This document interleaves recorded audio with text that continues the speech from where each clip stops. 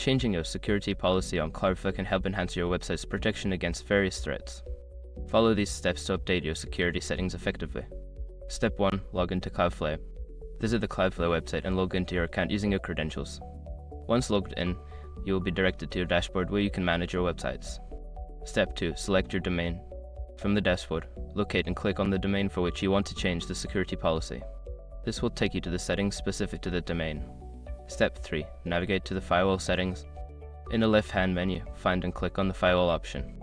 This section contains various security settings, including the security policy you wish to modify. Step 4. Adjust security level. Within the firewall settings, look for the security level option. Here you can select the desired level of security, e.g., low, medium, high based on your needs. Make sure to review the descriptions to choose the most appropriate setting. Step 5. Save changes. After adjusting the security level, scroll down and click on the Save button to apply your changes. Ensure that the new settings are active by checking the status on your dashboard. By following these steps, you can successfully change your security policy on Cloudflare to better protect your website.